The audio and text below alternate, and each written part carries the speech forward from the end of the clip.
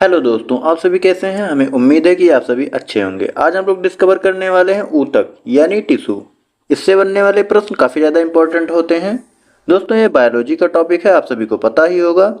और भी चीज़ों के और सब्जेक्ट के अगर आपको नोट्स चाहिए या फिर जो क्लासेस चाहिए तो हमारे चैनल पर बने रहें। पहले हम देखते हैं टिश्यू के बारे में। टिश्यू शब्द का प्रयोग सर्वप्रथम फ्रांस के शल्य चिकित्सक बाइचेट ने किया था। और ऊतक शब्द का प्रयोग एन ग्रीव ने किया था। दोस्तों, मेयर ने सर्वप्रथम हिस्टोलॉजी शब्द का प्रयोग किया था। और मार्सेलो मालपीघी ने मालपीघी को हिस्टोलॉजी का पिता की कहा जाता है, यानी फादर ऑफ हिस्टोलॉजी किसे कहा जाता है दोस्तों? मार्सेलो मालपीघी को। अब हम देखते हैं ऊतक किसे कहते हैं। समान संरचना और कार्य वाली कोशिकाओं के समूह को ऊतक कहते हैं। वेरी वेरी इंपॉर्टेंट दोस्तों। आगे देखते हैं पौधों में कितने प्रकार के ऊतक पाए जाते हैं। तो पौधों में मुख्यतः दो प्रकार के ऊतक पाए जाते हैं दोस्तों, अस्थायी ऊतक और विभाजनीय ऊतक। दोस्तों, अगर आप सभी को वीडियो अच्छा लगे तो लाइक जरूर कर दीजिएगा, सब्सक्राइब भी कर लीजिएगा। यहाँ बहुत ही इंपॉर्टेंट क्वेश्चन करवाए जाते हैं, हर सब्जेक्ट के क्वेश्चन करवाए जाते हैं दोस्तों लगभग। अगला अस्थायी ऊतक क्या है? वे ऊतक जो अपनी विभाजन क्षमता खो चुके हैं और विशेष कार्यों के लिए स्थिर हो गए हैं, अस्थायी ऊतक कहलाते हैं। नेक्स्ट है विभाजनीय ऊतक का कार्य क्या है? दोस्तों, विभाजनीय ऊतक का कार्य नए ऊतकों के निर्माण करना और पौधों के विकास में योगदान देना। अगला है अस्थायी ऊतक के प्रकार बताइए। अस्थायी ऊतक तीन प्रकार के होते हैं, सरल अस्थायी ऊतक, जटिल अस्थायी ऊतक और विशेष अस्थायी ऊतक। पहले हम देखते हैं सरल अस्थायी ऊतक के उदाहरण कौन कौन से हैं। सरल अस्थायी ऊतक के उदाहरण दोस्तों पैरेन्काइमा, कोलेनकाइमा और स्क्लेरोइनकाइमा। अब देखते हैं वेरी वेरी इंपॉर्टेंट, ये आप सभी 6, 7, 8 में भी पढ़े होंगे। जाइलम क्या है? जाइलम एक जटिल का ऊतक है जो पानी और खनिजों को पौधों के जड़ से पौधों के अन्य भागों यानी विभिन्न भागों तक पहुंचाने का कार्य करता है। फ्लोएम देख लेते हैं।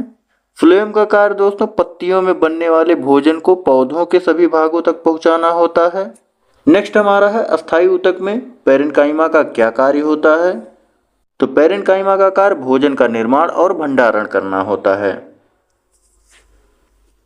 नेक्स्ट है जंतुओं में ऊतक कितने प्रकार के होते हैं? जंतुओं में ऊतक 4 प्रकार के होते हैं दोस्तों, उपकला ऊतक, संयोजी ऊतक, पेशीय ऊतक और तंत्रिका ऊतक। नेक्स्ट है उपकला ऊतक का क्या कार्य है? उपकला ऊतक शरीर की बाहरी परतों की रक्षा करता है और आंतरिक भागों को ढकता है। संयोजी ऊतक के उदाहरण? संयोजी ऊतक के उदाहरण दोस्तों रक्त हो गया, अस्थि हो गया, उपास्थि हो गया और वसा हो गया, यानी वशीय ऊतक। दोस्तों, आप सभी को बताते चले, यहाँ चुनिंदा ही लिए गए हैं, जो नॉर्मली आप लोग जानते हैं उसको नहीं लिया गया है। इस वजह से आप सभी बिल्कुल पैनिक ना हो, आराम से देखिए, आप सभी को पूरा पूरा समझ में आएगा। अगला है तंत्रिका ऊतक का मुख्य कार्य क्या है? वेरी वेरी इंपॉर्टेंट, तंत्रिका ऊतक। दोस्तों, तंत्रिका ऊतक का कार्य संदेशों का संचार करना और शरीर के अंगों के कार्यों को नियंत्रित करना होता है। आप सभी जानते होंगे नर्वस सिस्टम का कार्य। अगला है पेशीय ऊतक कितने प्रकार के होते हैं? पेशीय ऊतक 3 प्रकार के होते हैं, कंकाल पेशी, हृदय पेशी और चिकनी पेशी।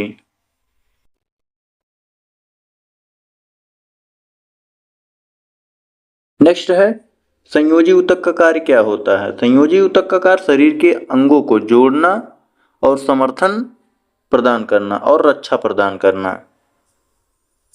नेक्स्ट है जंतु ऊतकों में रक्त किस प्रकार का होता है? दोस्तों, रक्त एक संयोजी ऊतक होता है। नेक्स्ट है उपकला ऊतक में कोशिकाओं की क्या विशेषता होती है? उपकला ऊतक में कोशिकाएं निकट होती हैं और उनके बीच बहुत कम अंतर होता है, जिससे यह परत घनी और सघन बन जाती है। नेक्स्ट है पौधों में पानी और खनिजों का परिवहन किस ऊतक द्वारा होता है या किया जाता है? तो दोस्तों, वो जाइलम ऊतक द्वारा होता है, अभी ऊपर बताया ही गया था। पौधों में पानी और खनिजों का परिवहन होता है किसके कारण? जाइलम के कारण। नेक्स्ट है ऊतक किसे कहते हैं? दोस्तों, ये रिपीट हो गया है, इसको आप सभी देख लीजिएगा। अगला है मानव शरीर में मुख्य ऊतक मुख्य रूप से ऊतक कितने प्रकार के होते हैं? मानव में दोस्तों मुख्य रूप से ऊतक 4 प्रकार के होते हैं। एपिथेलियल ऊतक और मांसपेशीय ऊतक, तंत्रिका ऊतक नर्वस या तंत्रिका नर्वस। नेक्स्ट है एपिथेलियल ऊतक का मुख्य कार्य क्या है? एपिथेलियल ऊतक का मुख्य कार्य दोस्तों शरीर की आंतरिक और बाहरी सतह को आवरण देना, सुरक्षा प्रदान करना और कुछ विशेष ऊतकों में स्राव व अवशोषण करना। नेक्स्ट है संयोजी ऊतक का प्रमुख कार्य क्या है? तो संयोजी ऊतक का प्रमुख कार्य दोस्तों शरीर के विभिन्न भागों को जोड़ना, समर्थन देना, पोषण देना, परिवहन और अंगों को सुरक्षित रखना। नेक्स्ट है मांसपेशीय ऊतक का क्या कार्य है? वेरी वेरी इंपॉर्टेंट दोस्तों, मांसपेशीय ऊतक का कार्य संकुचन और विश्राम के माध्यम से शरीर के विभिन्न अंगों में गति उत्पन्न करना होता है। नेक्स्ट है तंत्रिका ऊतक किससे बना होता है और इसका कार्य क्या है? तो तंत्रिका ऊतक न्यूरॉन्स का बना होता है यानी तंत्रिका कोशिका से, और सहायक कोशिकाओं से यानी ग्लियल सेल्स से यानी कोशिका से बना होता है, और इसका कार्य दोस्तों तंत्रिका संकेतों का संचरण व संचार करना होता है। नेक्स्ट है सरल स्कैवम एपिथेलियम कहाँ पाया जाता है? तो दोस्तों सरल स्कैवम एपिथेलियम रक्तवाहिनियों की आंतरिक परत और फेफड़ों के एल्वुलाई में पाया जाता है, जहां यह गैसों का आदान प्रदान करता है। नेक्स्ट है स्तंभाकार एपिथेलियम किस प्रकार में सहायक होता है? कहने का मतलब है स्तंभाकार एपिथेलियम किस कार्य में सहायक होता है? तो स्तंभाकार एपिथेलियम भोजन का अवशोषण, स्राव और अंगों में सुरक्षा प्रदान करने में सहायक होता है। यह आमतौर पर आंतों और श्वसन नलिकाओं में पाया जाता है। नेक्स्ट है रंध्रित स्कैवम्स एपिथेलियम कहाँ पाया जाता है? तो दोस्तों यह एपिथेलियम त्वचा की बाहरी परत और ग्रास नली में पाया जाता है, जहां यह सुरक्षा प्रदान करता है। नेक्स्ट है संयोजी ऊतक के प्रकारों के नाम बताइए। तो संयोजी ऊतक के प्रकार ढीला संयोजी ऊतक, घना संयोजी ऊतक, रुधिर उपास्थि, अस्थि और वसा ऊतक होता है। नेक्स्ट है ढीला संयोजी ऊतक का कार्य क्या है? ये भी अभी देख चुके हैं दोस्तों। अस्थि ऊतक का कार्य क्या होता है? तो अस्थि ऊतक का कार्य शरीर को मजबूती देना, संरचना प्रदान करना और अंगों की सुरक्षा करना। यह भी आप देख चुके हैं। यह भी प्रश्न देख चुके हैं दोस्तों। कई प्रश्न जो है रिपीट हो गए हैं, उसके लिए माफी चाहेंगे। नेक्स्ट है एपिडोज ऊतक क्या होता है और इसका कार्य क्या है? एपिडोज ऊतक वसा कोशिकाओं से बना होता है और इसका कार्य ऊर्जा का भंडार, अंगों को कुशनिंग प्रदान करना और शरीर के तापमान को बनाए रखना यानी मेंटेन किए रहना होता है।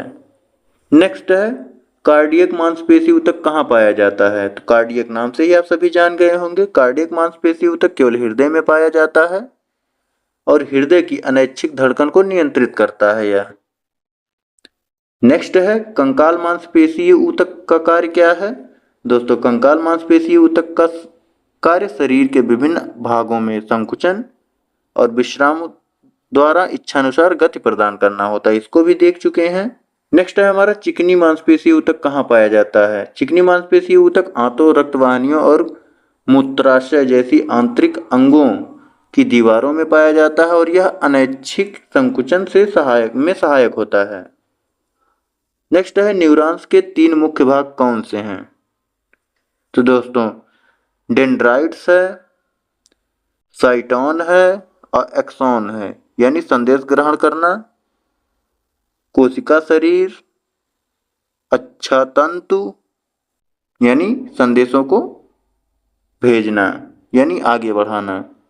नेक्स्ट है सिंपल क्यूबाइडल एपिथेलियम ऊतक कहाँ पाया जाता है? सिंपल क्यूबाइडल एपिथेलियम ऊतक गुर्दे की नलिकाओं में यानी किडनी ट्यूब्यूल्स में और अंडाशय की सतह पर पाया जाता है, जहां यह अवशोषण और श्रावण में सहायता प्रदान करता है या सहायक होता है। नेक्स्ट है कौन सा ऊतक थक्का बनने की प्रक्रिया में सहायक होता है यानी सहायता करता है? दोस्तों रक्त ऊतक होता है, विशेष रूप से प्लेटलेट। थक्का बनने के लिए यानी थक्का बनने की प्रक्रिया में सहायता प्रदान करता है, जो रक्त स्राव को रोकने में मदद करता है। नेक्स्ट और आखिरी क्वेश्चन हमारा है, ऊतकों की मरम्मत तथा अंगों की खाली स्थान को भरने में कौन सहायता प्रदान करता है? तो गर्तिका यानी एरियोलर करता है। दोस्तों आप सभी को वीडियो कैसा लगा आप सभी जरूर बताइएगा दोस्तों। यह काफ़ी ज़्यादा हेल्पफुल होगा आपके आने वाले हर परीक्षा के लिए। और इन प्रश्नों का उत्तर आप सभी कमेंट करके बताइएगा। देखते हैं आप सभी ने कितना ध्यान दिया टॉपिक्स पर। तो थैंक यू, जय हिंद।